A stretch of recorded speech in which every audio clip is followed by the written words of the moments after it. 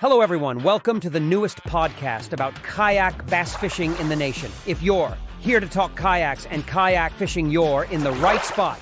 Your host, John Suits, brings you into the exciting world of Greenfish Nation and all it has to offer. We will have special guests from product manufacturers as well as the end users from the ground level angler up to the big boy pros. The show starts right now, so get your paddles ready and let's get started. Well, hello, guys. It's John with Greenfish Nation and Beyond the Paddle. I want to welcome you to our show tonight. Guys, tonight we have a very special guest. We have Jay Valentine. He is also known as Bearded Dad's Fishing on YouTube as well as Facebook. Hope you guys enjoyed the show tonight. Jay has worked very hard at his YouTube channel. He just informed me back in the green room he reached 10,000 subscribers this month. He's just shy of 1 million views on YouTube, so hopefully he can get that goal wrapped up here in the next few days. But without further ado, I'm going to bring Jay on stage right now. So y'all give a big round of applause for Jay Valentine for being here on Beyond the Paddle tonight. Jay, thank you for being with us. Yeah, John, thanks for having me, man. Excited to talk with you. We are looking forward to it. I've been looking forward to this for a couple of weeks now. I know we've kind of bantered back and forth, and had a few conversations, but I am really glad that you're here. So Yeah. tell us how your fishing journey started. Not just your YouTube fishing journey, but how did you get started fishing? Sure, man. So, like most guys, I guess, I started fishing with my dad. My dad used to take me out when I was a kid. We weren't any good. My dad, his idea of fishing was throwing some corn on a hook, tossing it out in the canal, and just waiting for something to take it. So we usually end up with some snapping turtles, catfish, a rainbow trout if we were lucky.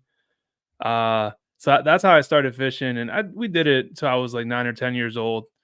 I did learn that it was a patient man's game early on. My dad was very adamant about that. We'd have to sit down, hold our rods. You don't ever put your rod down. You hold it, all that fun stuff. And then I picked it up again as an adult when I was in my early 20s, but it was pretty much just for a couple weeks once trout season opened up. So I might fish for March, April, and then put it down for the rest of the year. And it wasn't up until COVID where everything shut down that's the first time I fished year round. My buddy Vinny got me into fishing in the lake, which I never did. So you couldn't have told me, if you would have shown me the bass and asked me what it was, I couldn't tell you. I couldn't tell you the difference between any of that stuff, man. I hear you. But he opened up a whole can of worms with taking me out to the lake, and once I got the bug, man, it was fun. Yeah, so he didn't know what he was getting started, huh? No, not at all, man. But it was cool because I've only ever caught rainbow trout before. Maybe a catfish here and there. But once you hit the lake, then we started getting into the panfish. We started getting crappies and yellow perch, bass, of course. So it got really cool. But once we started, we didn't stop. I guess we all probably either started with dad or granddad somewhere along the lines, but I remember my first fishing trip, at least the first one I remember.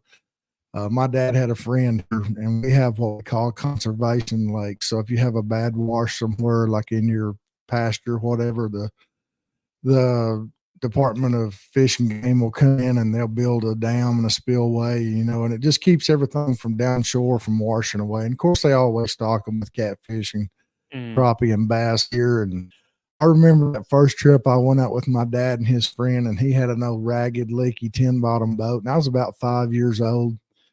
And they caught fish all day, and I was scared to death we were going to sink. So I spent most of my time bailing water out of the boat with a coffee can. But you know what? I was hooked because I did get to catch a couple of fish that day.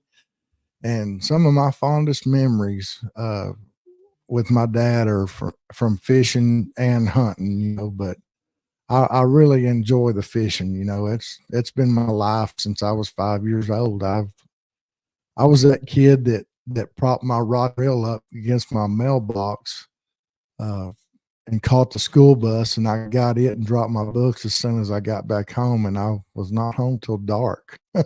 No, that's So, awesome, man. so yeah. So what made you decide that you wanted to start a YouTube channel?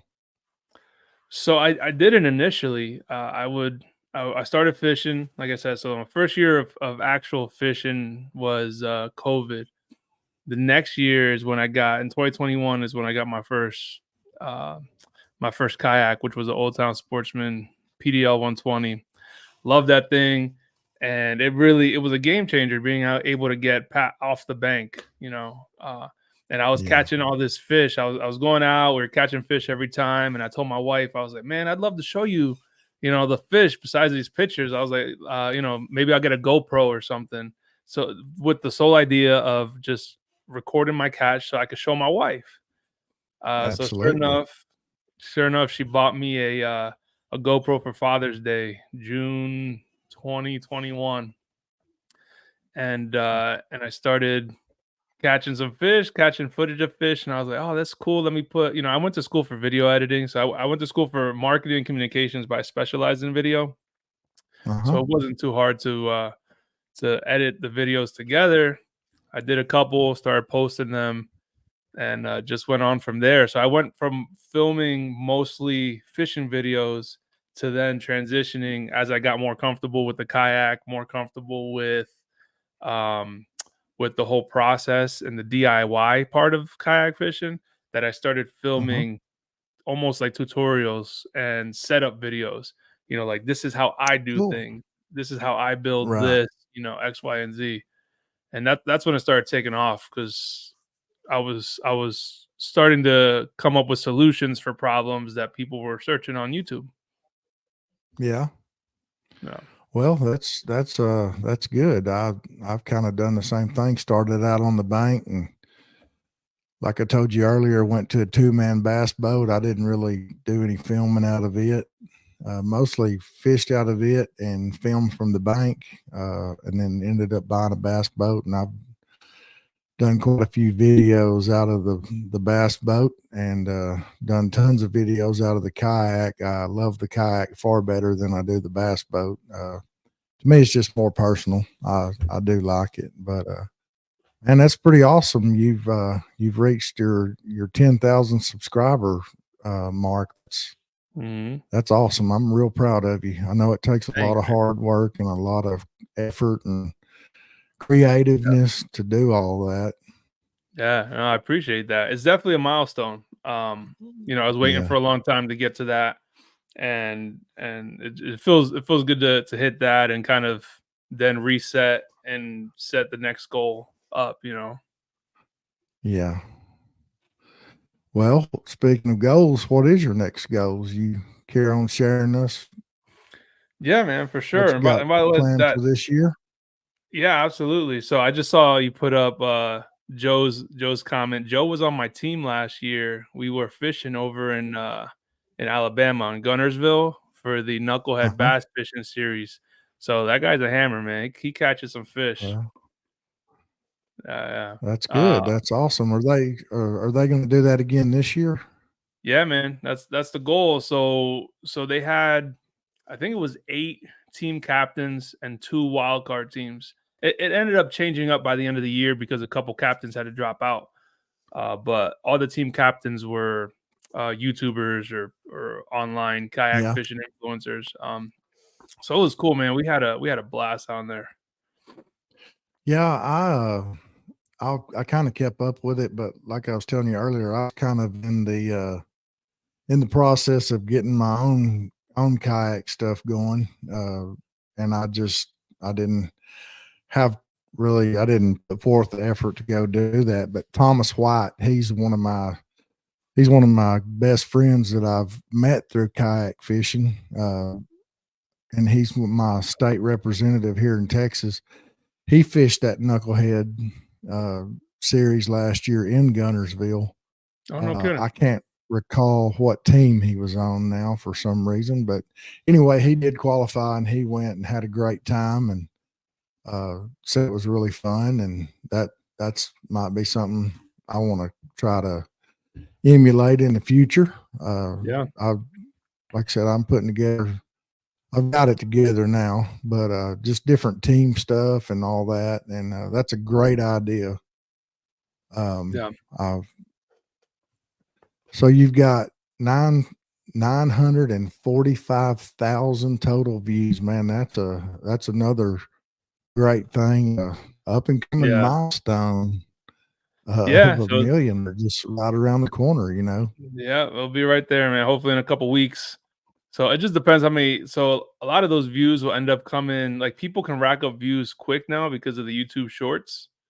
So Yeah, that's something I haven't quite nailed down. I got shorts. I put up shorts, maybe once a week or once every 2 weeks or something like that. But yeah, the real disciplined folks that they'll put one up a day, and you yeah. you can get those views up pretty quick, man. But I really love like the long form videos. What I really enjoy doing. So that's why it's been hard for me to rack up the discipline to put up all those shorts. Yeah, I like building mine, like you said, on the long form stuff. I talked with Alex. I'm not going to try to butcher his name, Fulgera, the Yeah, other yeah. day, and he and I talked about that. And the shorts. I mean, if you want to get quick views and all that, the way to go is the shorts. I do put up shorts occasionally, but I'm bad. I'll go and put up like 10 in one day, and then I won't do them again for another couple of weeks. But I'll do the long form. But I tell you what, I recently started doing that I really enjoy is doing the YouTube lives. Mm, I live out in the sticks. Um, we just got 5G internet here, just really in the last 6 months, and so my YouTube streaming is like a rocket ship what it used to be. mm, So I started doing a lot of I say a lot, I've done 3 or 4 of the YouTube lives, and I really enjoy that because, to me, it shows people whether you're having a good day fishing or a bad day fishing, what fishing's really like, I think some of these YouTube channels, of course, I know it's all in editing and I know everybody realizes that, but it's not every day that you go out and catch, 25, 30 fish. Some days you just catch 1 or 2, and there's a lot of downtime in between that. But I think as creators, that's where we have to be disciplined mhm. to not bore people with those days. You know what I mean? But it's the live seems to be uh, going pretty good so Yeah, far and from what and I some can people tell. can they're fun, especially once you got your audience wants to see you out there because it's cool to do like videos about fishing or videos like I do where Right. I'm showing setup and the background stuff, but actually being out there, even if you're not catching fish, you can still drop some knowledge. My so Absolutely. my buddy Lucas from the Outdoor Conquest, he commented earlier. He does lives when he's out there on the water and or on the ice. Like he was up on the ice the other day and just dropping some knowledge while he was waiting. And he's gifted with the gift of talk, so he's able to Yeah. do that. Well, that's cool. Well, what I like about it is like you said, it's the comments, the interaction, and I mean, people just ask you questions and you're able to answer them right there or pretty close, you know what I mean? And they, Hmm. hey, like I had a guy the other day I was fishing, and I was catching a few fish, and he's like, "Hey, throw a white chatterbait. Try a white chatterbait." So, I get in my box, I tell white chatterbait, catch 2 or 3 fish on it, and then somebody else was like, "Well, try this. Try, a wacky rig and watermelon head." So I get it. So it was a lot of fun. Yeah. It was like it's like when I'm sitting at work and I'm watching Bearded Dad's fishing. That's my fishing that day. You know what I mean? So it was Hmm. it was cool because maybe they were unable to go fishing that day, but I could bring along with me. You know what I mean? So it was pretty cool. So have you Yeah. done any of the live stuff? Man, you should give it a So try. It's pretty good just stuff. yeah, so I just started not live on the water, but I did do I just started the podcast called the Yak Chat, and I'm doing that with a couple of my buddies. So Lucas from the Outdoor Conquest, Brian, also known as the Michigan Fisherman. They're both on YouTube, and they're both from Michigan, Yeah. so they fish out in Lake St. Clair a lot up north. And then my buddy Juan from Cap and Hooks, and he's out. He's actually out my way. He lives in the town right over from me. Yeah. So I do it with those guys, and we've done 2 episodes so far, and we're kind of running it on a bi-weekly basis for now. But Hmm. we're lining up some guests. So the next episode is going to be March 3rd, and we're actually talking to Trevor Lowe, who's the marketing manager for Omnia Fishing, and we're going to be Hmm. talking to him about reels, Well, and that's because cool. yeah, man, and reels is one of those things that can be intimidating to a lot of beginners. I mean, not gonna lie, it still intimidates me in some sense because I can't speak with proficiency on reels if someone's asking me the difference between this one and that one and how many bearings and all this other stuff. Like I know like the very basics of Right. reels. We're gonna Yeah. have him come on and use his expertise to answer some questions.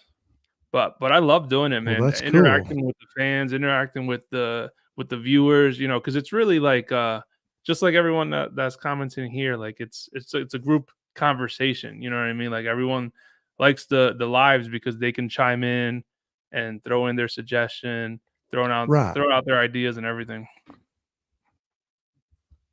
Yeah, that can be part of the action, Hmm.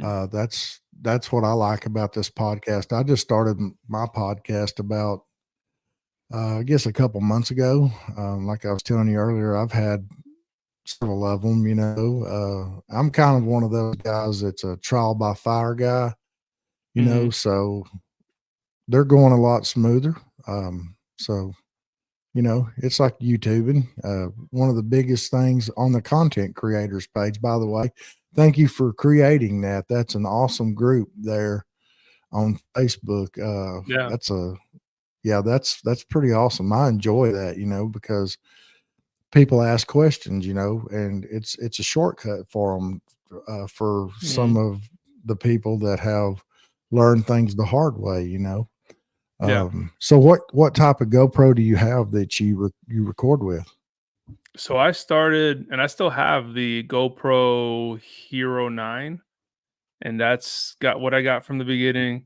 I still have it. I use it when Yeah, I use it when I'm out on the water or if I'm doing something in my driveway. Like it's just easier to maneuver.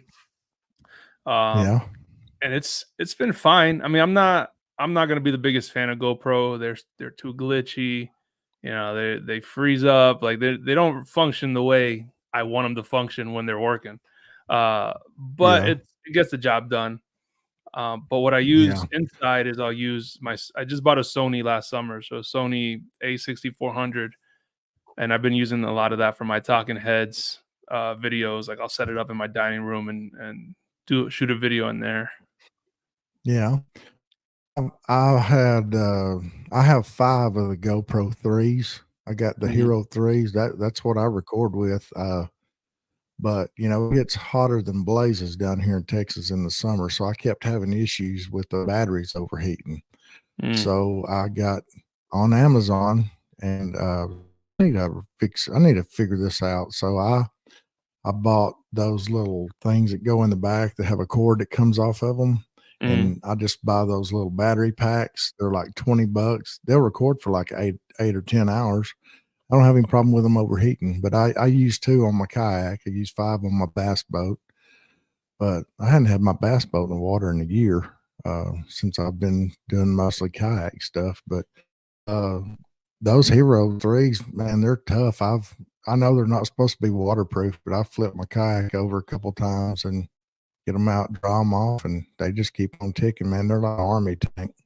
Yeah, no But I'd kidding. like to have some of the newer ones, but gosh, I just can't hardly let go of the ones that are working. It's kind of like fishing and leaving fish to find fish. You know what I mean?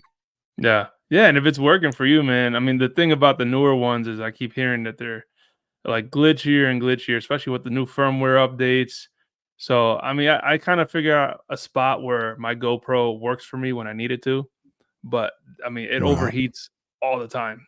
All the time it overheats. So what I do Oh when I'm out yeah. on the water, I do the same thing. I use the power cord, I take out the battery and I power it through my external battery and it works just fine. But yeah, that overheating problem is I think every GoPro, probably every little action camera suffers from that because they're so small and these batteries have to fit in some really tight areas that it's just going to overheat. Especially, I mean, I can't imagine fishing down there in Texas, man. It gets hot.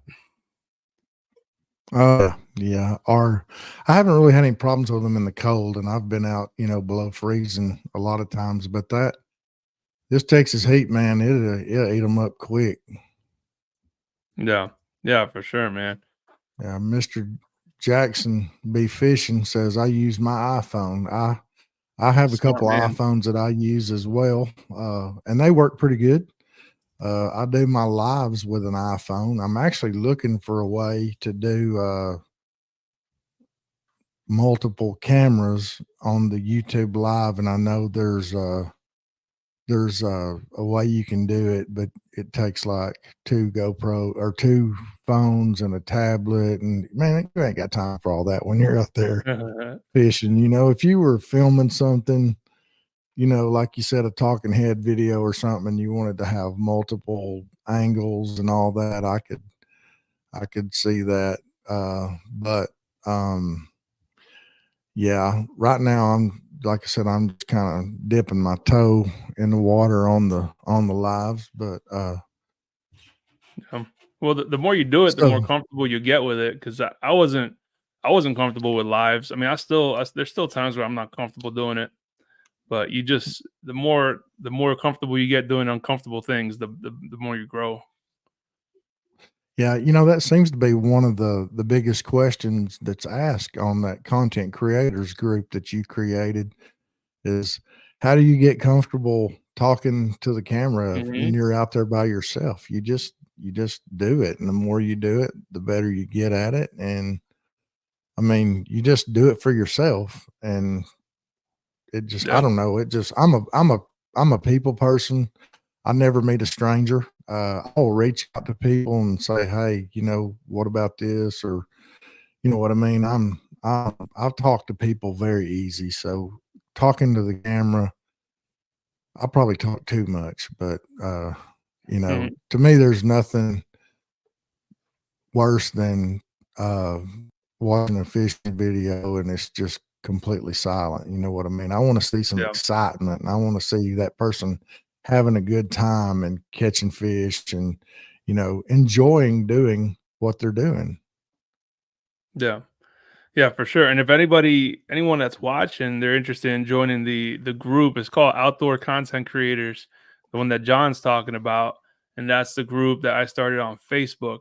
And it's just specifically for content creators. It could be YouTube, Instagram, TikTok, whatever it is, in the outdoor niche. So it could be, if it's hunting or fishing. There's a lot of fishermen in there because that's generally the crowd that I know. But there's a couple hunters in there too, guys that do camping, YouTubes, things like that. But it's just to bounce ideas off.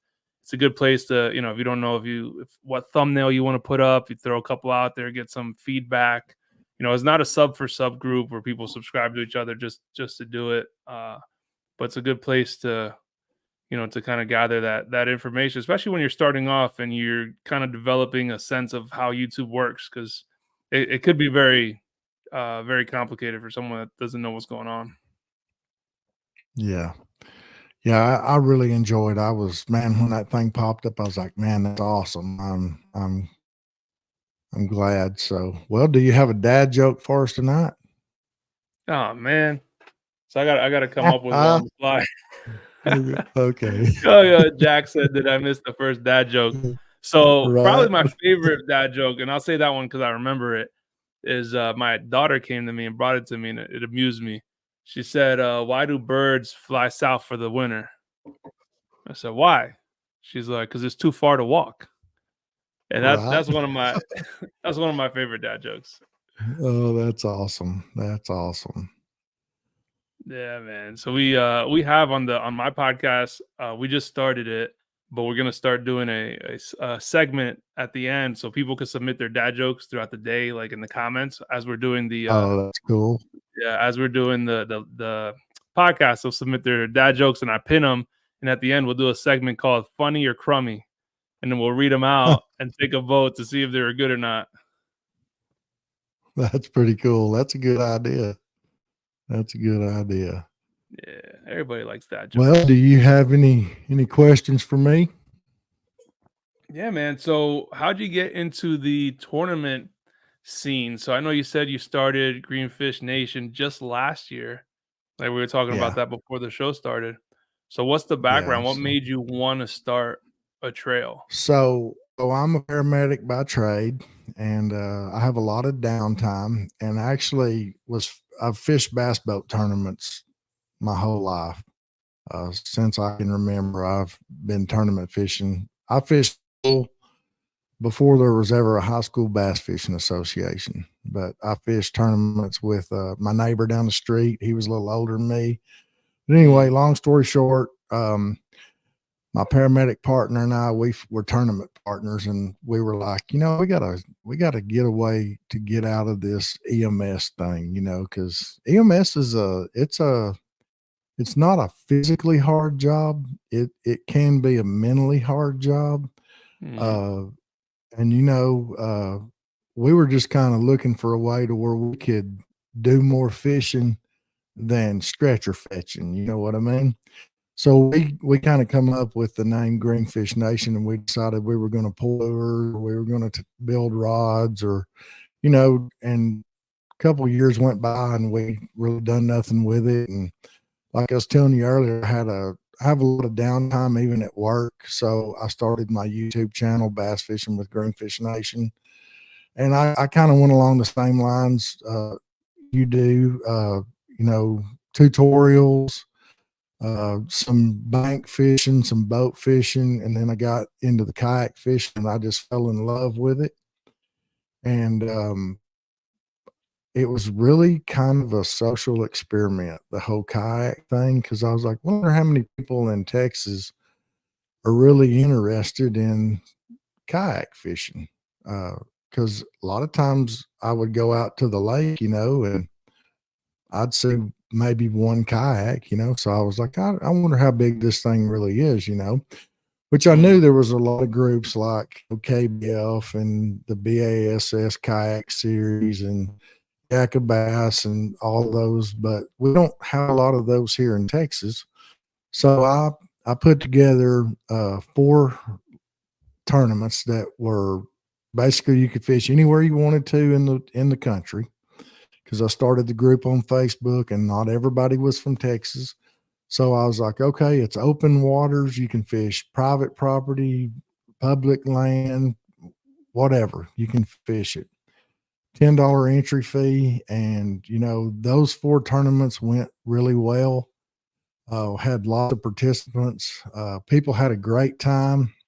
And then I met Thomas, my best friend, and we just kind of thought, hey, I think there was a trail here in Texas for a while, and it kind of went away for I'm not real sure why, but it kind of went away, and so we put together a trail, and then of course, like I said, I've got 740 people that are fishing with us, and they're from California to New York, and they would be like, well, hey, I'll run a trail in my state, so that just kind of evolved into several different state trails. And then we do the monthly regional thing where you can fish at your convenience for 30 days and your top 5 fish count. And we have a point system, and we're actually doing a national championship in October, and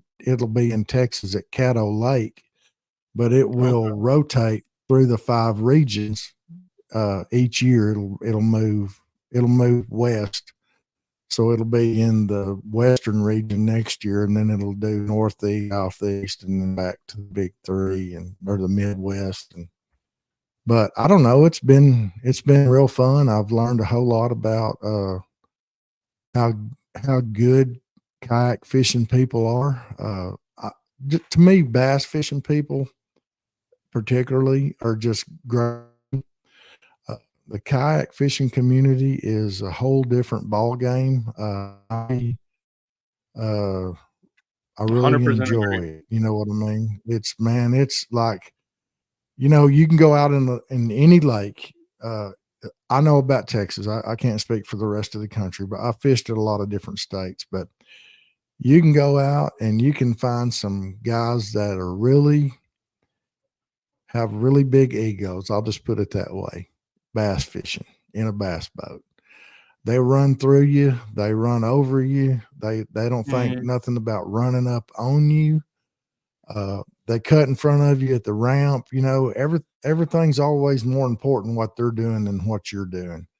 Yeah. I met a, g- you know, but I've met some great guys too. And they're not all bad, but kayak fishing, uh, man, it's not that way. The people tend to be more, for lack of a better word, human. You know what I mean? Respectful. Uh, the kayak bass fishing community is just, right here, bucktail fishing. This community is outstanding. Man, I love it. I wish that I'd have been kayak bass fishing for 20 years. I haven't, Yeah. but it's just great. And, I have always, my entire life, wanted to do something, not necessarily to make a living at, but I wanted to do something for the bass fishing community. Does that make sense? Yeah. Yeah. I Absolutely, won't, man. yeah, but that's kind of how I got started in the kayak thing, and it just kind of was like a snowball that rolling downhill. Of course, we've had our little speed bumps and we'll have more.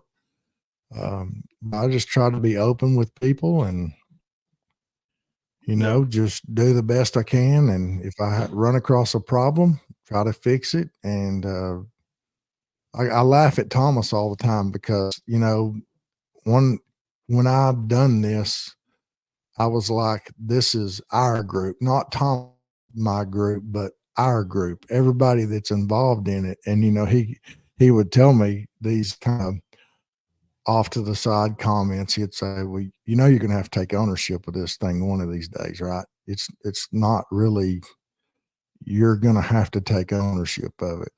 And, I was like, oh yeah.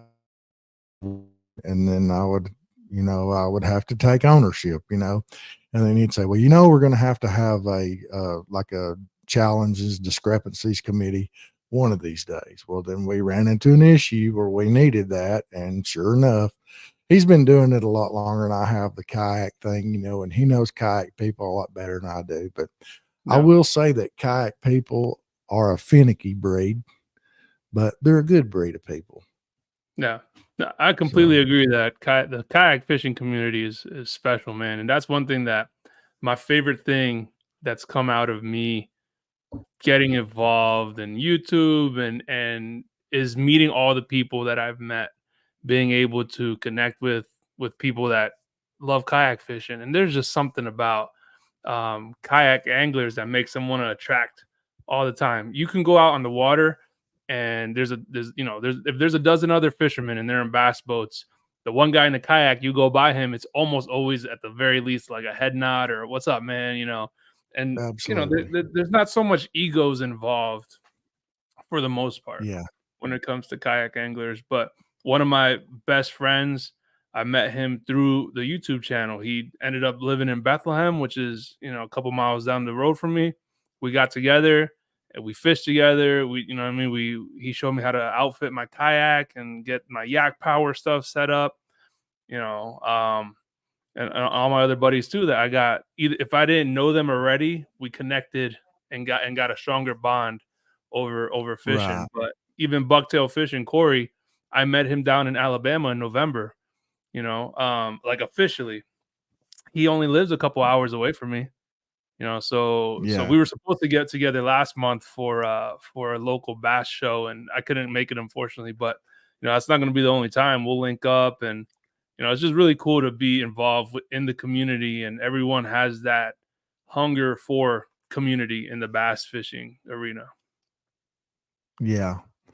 I don't know. It's just, I knew immediately when I got into it that, man, this is the breed of people that I need to be with. They're competitive, very, very competitive. And I was a competitive field trial trainer before I became a paramedic. I trained field Mhm. trial and hunt test retrievers and was very good at it. But, man, the people's what kind of drove me away from it. Yeah.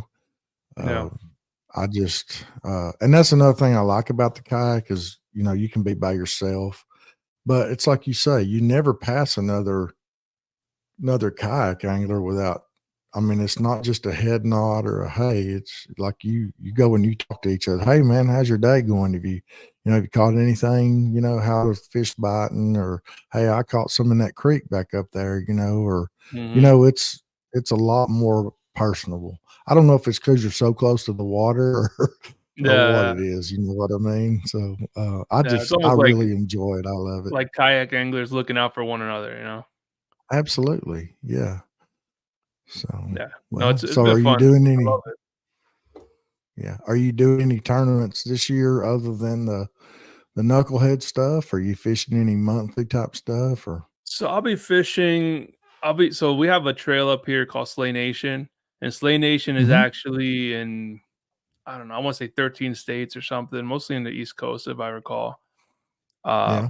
but I'll be fishing some of their trails in Pennsylvania, as well as I'm hoping to fish a couple in New York, because I love fishing New York. I mean, Pennsylvania is where I'm from, but New York has some of the best waters I've ever fished, man. The Finger Lake region in New York.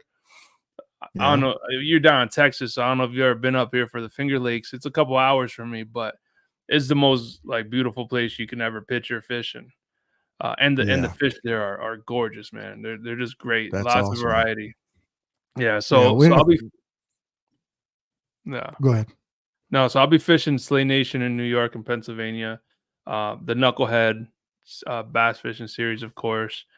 I am playing with the idea of doing of hosting an online tournament Mhm. this year. So I'll get together with you at some point so you can give me some pointers. I want to use it Okay. to raise funds for a local organization that I work closely with out here that benefits foster children and foster families.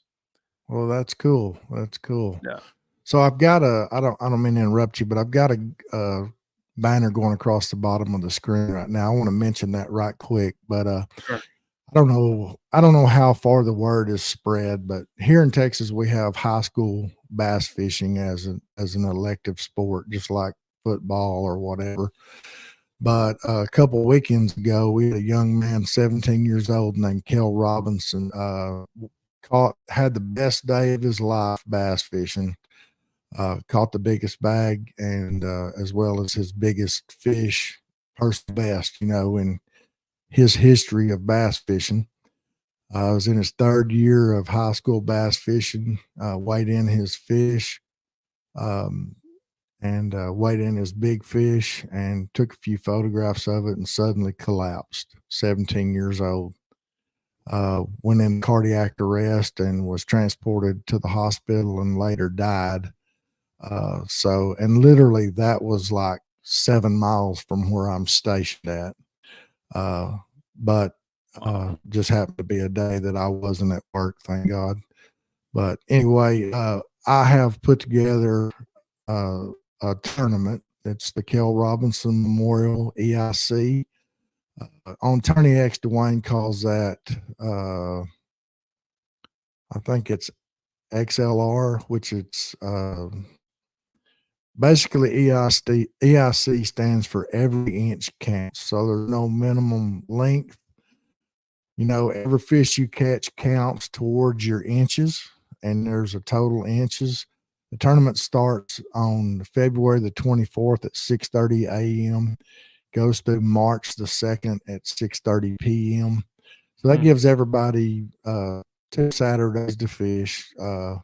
Anyway, the entry fees are $50 for entering, and if you want to enter the big bass pot, it's 25. There'll be no payout on this tournament. Everything that we raise will go to the Robinson family. I done a little video yesterday on it over on Greenfish Nation Kayak Tournament Trails series and challenge pages on Facebook. But I lost my wife when I was 39. She was 34. So I know what it's like to lose a loved one unexpectedly, and how hard it is to get over that. Fortunately, God put another great woman in my life. We've been married for 15 years and have 2 kids, but I believe that's how he got me over that hump. But anyway, I just wanted to mention this tournament.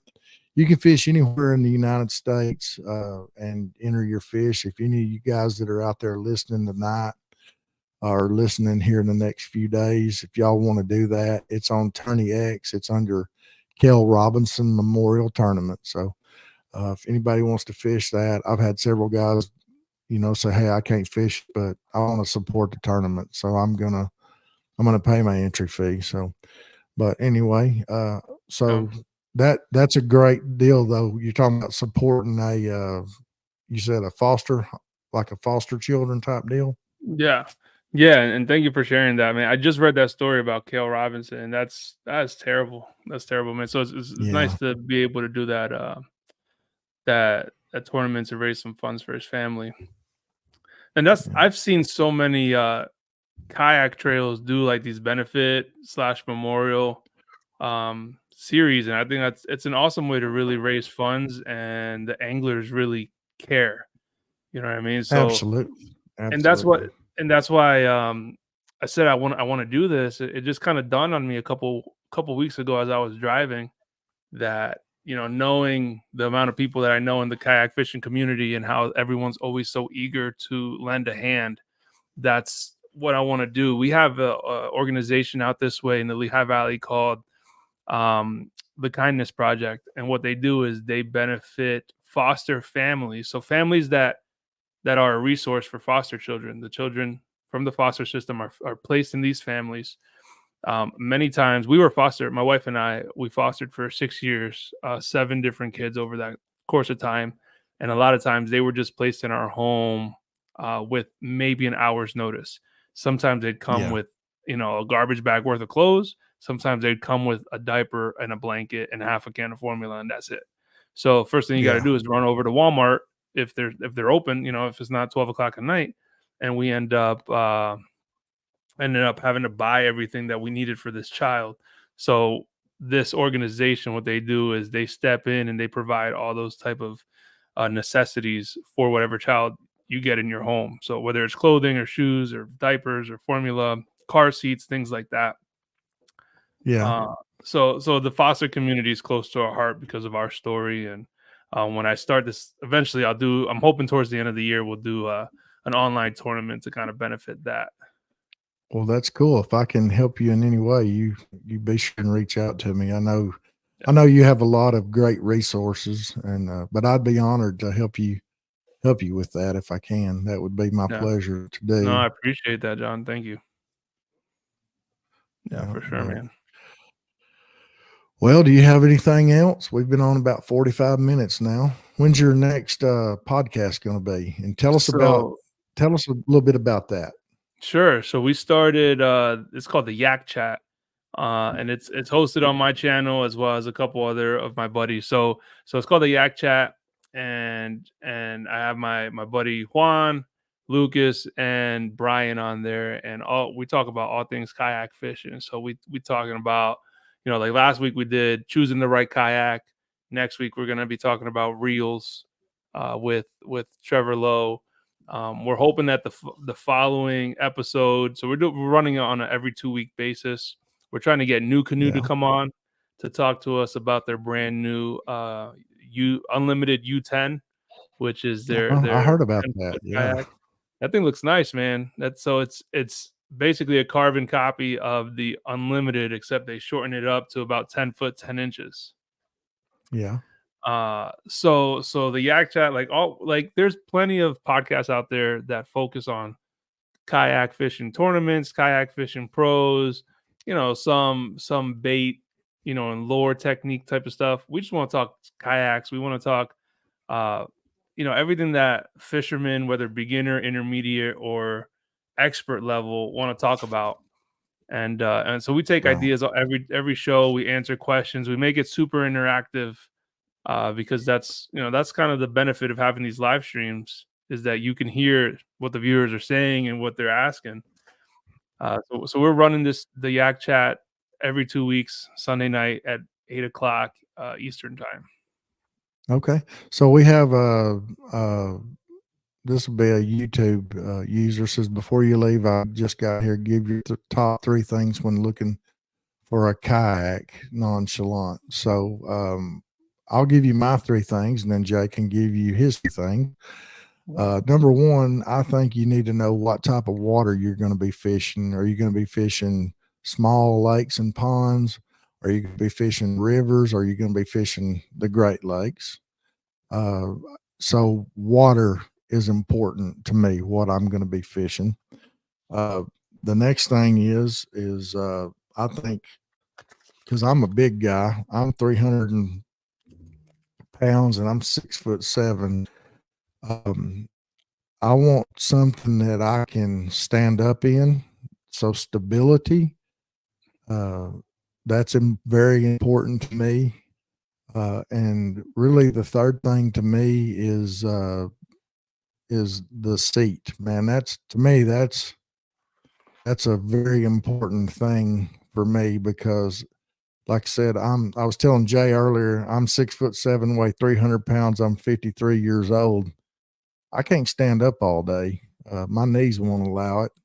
So I need something that's going to be comfortable for me to sit in.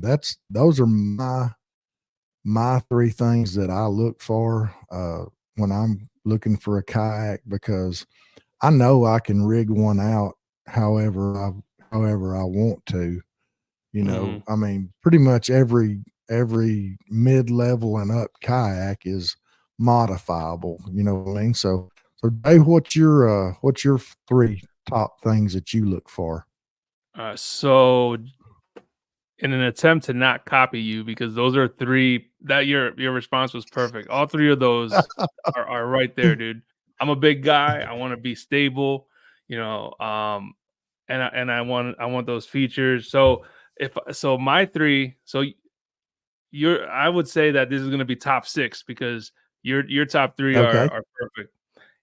What I would add to that is storage. So I want to look for storage space. Yep. Right. So not all kayaks are built equally. So if you're going to get a smaller kayak, you're going to get smaller storage. But even if you're comparing apples to apples with the same size kayaks, some of them have much smaller tank wells in the stern. Some of them don't have good storage on the hatch. Like, they don't have a front hatch on a kayak, and they don't have anywhere to really keep your tackle. So you need plenty of space when you're kayak fishing. I like to bring a lot of stuff with me. Like, usually I'll bring my big crate, I'll bring my lunch box, a cooler, whatever, extra battery. For a long day on the water, you want to be prepared. So Right. storage. The next thing I look for is, for me personally, I'm looking for something that's pedal powered, pedal or powered. So I'm not interested in paddling anything. And then lastly are the features. So some kayaks out there are going to have more angler oriented features, even though they're all fishing kayaks. You know what I mean? Like, they're not all going to have the same features. So something that has rails, if you can get something with a abundance of rails that you don't have to add yourself, even better. Something that has flush mounted rod holders, maybe horizontal rod storage. If you get one with, there's few that have those, but you can always add that on as well. So I would just say the storage, the pedal or the powered, and the features, because there's a lot of good features out there on kayaks, but you're not going to get them all at a certain price point. You're not going to get some of Right. those $4,000 price point features in a $2,000 kayak. So speaking of kayaks, tell everybody what you're fishing out of, and some of the, or just tell us what modifications you've made to it. Sure. So I'm fishing out of an Old Town Autopilot 136. Originally started in my Old Town Sportsman PDL 120. So I started with the 12-foot kayak, and that's kind of where I cut my teeth with the modifications, because almost every modification I have on that kayak, I copied it into my Autopilot. I have it. I'm trying to think. As far as modifications, probably my favorite modification that I've done on both of them is I added the Yak Power relay switch so that I can power my accessories in the way that I want to do it off of one battery.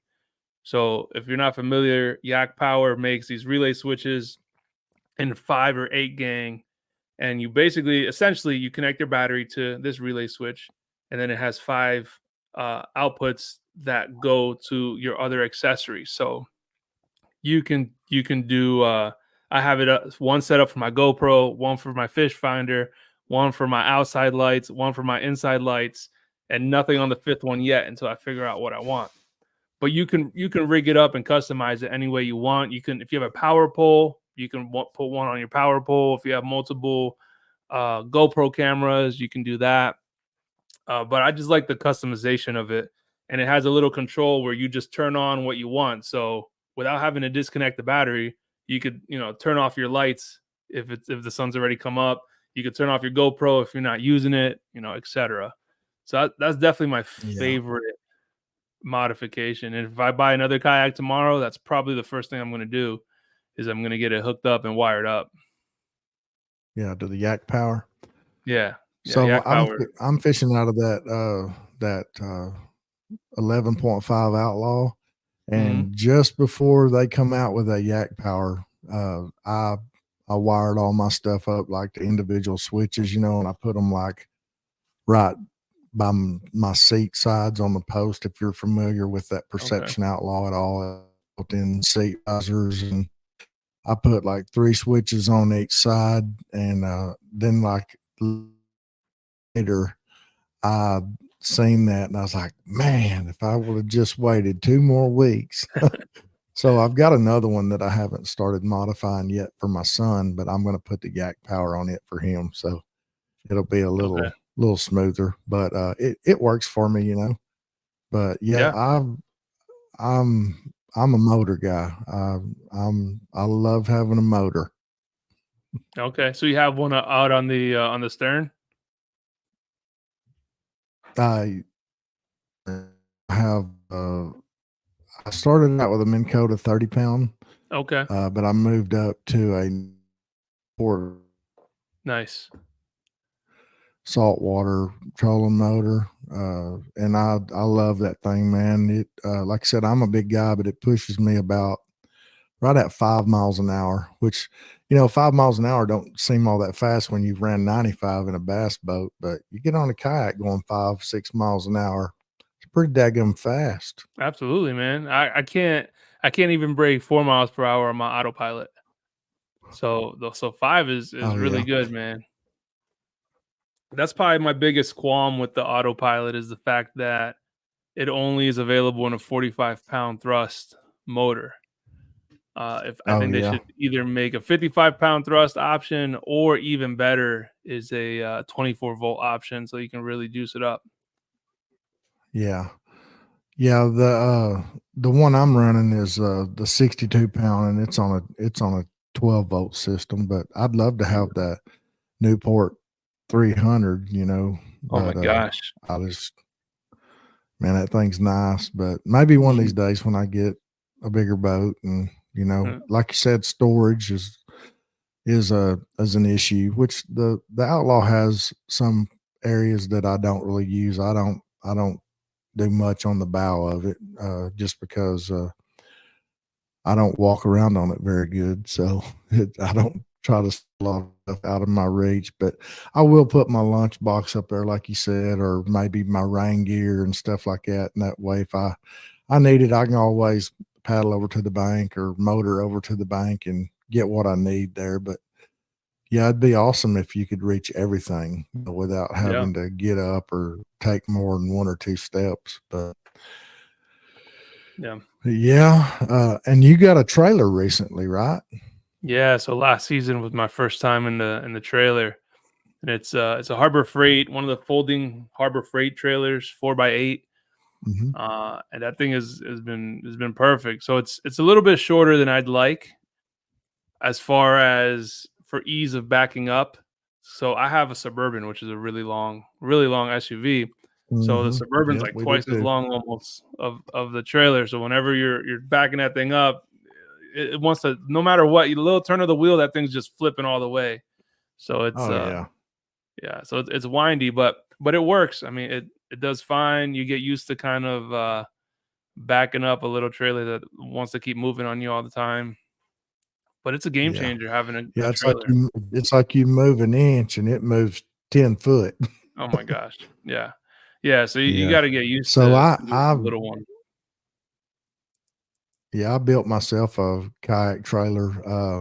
It's kind of a funny story. I actually spent $1 and I bought a raffle ticket at a volunteer fire department raffle, and I won a 6.5 Creedmoor. Well, I've had it in the closet for 4 or 5 years. I never even like opened the thing up, you know. So I seen a guy on Facebook Marketplace, is by the way where I buy a lot of stuff. He had a boat trailer that he was wanting $300 for. So I just contacted him. Like I told you, I'm a people person. I said, "Hey, would you trade that uh, trailer for a rifle?" And he goes, no, I don't think so. You know, so I just kind of wrote it off and kept on looking. Well, he called me a couple days later.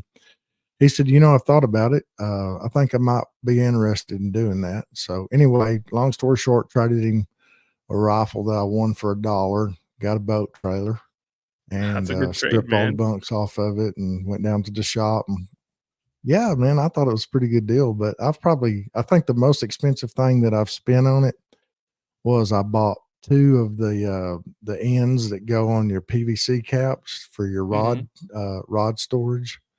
That was what I spent the most on. Okay. Need to put some uprights on my Ecolite so I can see where it's going. Yeah, that was another thing I did on mine was I put on my rod storage. It has like a T, it comes up out of the middle, got two kayaks, then it comes up out of the middle, and then it has a T bar. I have my rod tubes at the top. So I put clearance lights on the sides of those. That way I can kind of see where, but I also extended the tongue out like 10 foot. Okay. So it wouldn't be like you said, it's not whipping back and forth, So it works pretty good. But Yeah. yeah, that trailer, man, it's a game changer, especially on an old man. It's Yeah. I've I've loaded that thing up in the back of my truck quite a few times, and with everything on it, and I'm like, golly, man, I'm out of breath, But it sure is nice to pull over to the side at the boat ramp, put all your stuff on there, put your rods in there and everything, and just back that dude in the water, pull it up on Mhm. the bank, get out of everybody's way, go park your vehicle, and just step off in your kayak and just roll off into the wild blue yonder. That's right, man. Yeah, it's nice because I spent 2 years lugging around the back of my pickup truck and, taking it off, putting it on, strapping it down, loading it up, wheeling it over.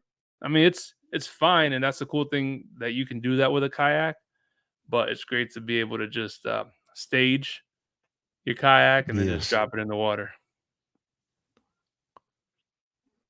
Yeah. So, well, man, you got anything else? I have really, really enjoyed talking with you. It's good to, I mean, like I said, we've talked over Facebook, and I've watched your channel for a while now, and it's always good to have a conversation, and even though Mhm. it's not in person, but it's a little closer than it's ever been. We've got a couple more Yeah. comments. Let's see what we got. Uh, Yeah, absolutely, man. No, I appreciate it, and it was definitely fun, man. It's funny you hit me up we talked maybe a couple months ago, and this was exactly our yeah. topic was like podcasts. We connected. Yeah, I think we connected through the creators page. we Uh, did. I was on Bearded Dad's Fishing for a while on the Facebook page, and mm, then my Facebook account got hacked and it wiped out. Like I'd had that thing since 2009, and they like deleted my whole account. I like lost all my pictures and all my friends and oh all that wow. stuff. And then, of course, I was in a bunch of groups, but anyway, I joined it back again, and the content group. But yeah, that's kind of how we got hooked up on this. Yeah. No, for sure, man. Yeah, it's cool. I appreciate it. And it was a good time, man. We definitely have to do it again. I'll have you come on Yeah, to the Yak Chat absolutely. at some point. Absolutely. Give me a shout and I'll be glad to get on to there and talk to you. And well, I really enjoyed it. I hope everybody's enjoyed speaking with Jay and listening to me blabber on. But Jay, I guess if you don't have anything else to say, I guess we'll get off of here, and we'll continue to talk via Facebook and text messages and whatnot. And like I said, if I can help you in any way, just man, I'm always available. All you gotta do is just reach out to me, okay? Yeah, sounds good, John. I appreciate it, man. Thanks again for having me on. You bet. We'll holler at you later, okay, Jay? All right. Good night. Good night, everybody. Yep. Good night. All right, guys, that was Jay Valentin of Bearded Dad's Fishing. I hope you guys enjoyed the show tonight. I want to bring up the tournament one more time, guys. 17-year-old Kel Robinson passed away this past weekend of cardiac arrest at a Texas high school fishing event. He unexpectedly uh, just dropped at a weigh-in. It's not something that you think of a 17-year-old would just suddenly pass away from cardiac arrest for no particular reason. But at Greenfish Nation, we have set up a memorial tournament that's available on Tourney X under Kel Robinson Memorial. It is an every inch counts tournament, starts February 24th through March the 2nd. You can fish anywhere you want to, enter your fish. All proceeds from this tournament will go to the Robinson family. So if you feel that the good Lord is leading you to do that, I would really appreciate it. And I know ultimately the Robinson family will appreciate a little bit of financial relief from the fishing community. Uh, I guess that's about all I've got to say tonight. Just be sure and check us out over at Greenfish Nation Kayak Tournament Series and Trails. If you are a kayak fisherman and you like a good challenge, we got some pretty good anglers over there. Right now, the Big Three region for the month is being led with 105 inches. So that tells you the quality of fishermen that we have here at Greenfish Nation. I think they finished up with 102 inches last month. So we do have some hammers here. We would love to invite you guys to come out and fish with us sometimes. We have several opportunities. We have several state trails, as you can see here. We have regional monthly circuits as well. That are there. Upcoming special guest, we are going to have Ethan Jett on February the 27th. We would love to have you guys jump on here and we'll talk with Ethan. You guys can ask questions as always. On March the 4th, we're going to have the Bearded Paddler. He'll be here at 8 p.m. Central Time. And one of the very first YouTube channels that I ever watched about fishing was by a young man here in East Texas named Eddie. And he has a very good YouTube channel called Texas Reeling. You cannot go wrong watching that show if you like to fish from the bank, a boat, a kayak. Man, Eddie does it all. He does product reviews. He mostly does fishing. He also has a podcast. So you guys check Eddie out, check Ethan out, and check the Bearded Paddler out. Also, don't forget, slide on over to Jay's channel, give him a subscribe, and let's get those total views up past 1 million for him, guys. We can all do that together. I can be found at Bass Fishing with Greenfish Nation on YouTube. So until next time, guys, I'm John with Greenfish Nation, and I want to wish each and every one of you tight lines. Thank you again for joining our podcast. We appreciate your continued support. Don't forget to subscribe to us on YouTube at Bass Fishing with Greenfish Nation. Check us out on Facebook at the group Greenfish Nation Kayak Tournament Series, Trails and Challenges.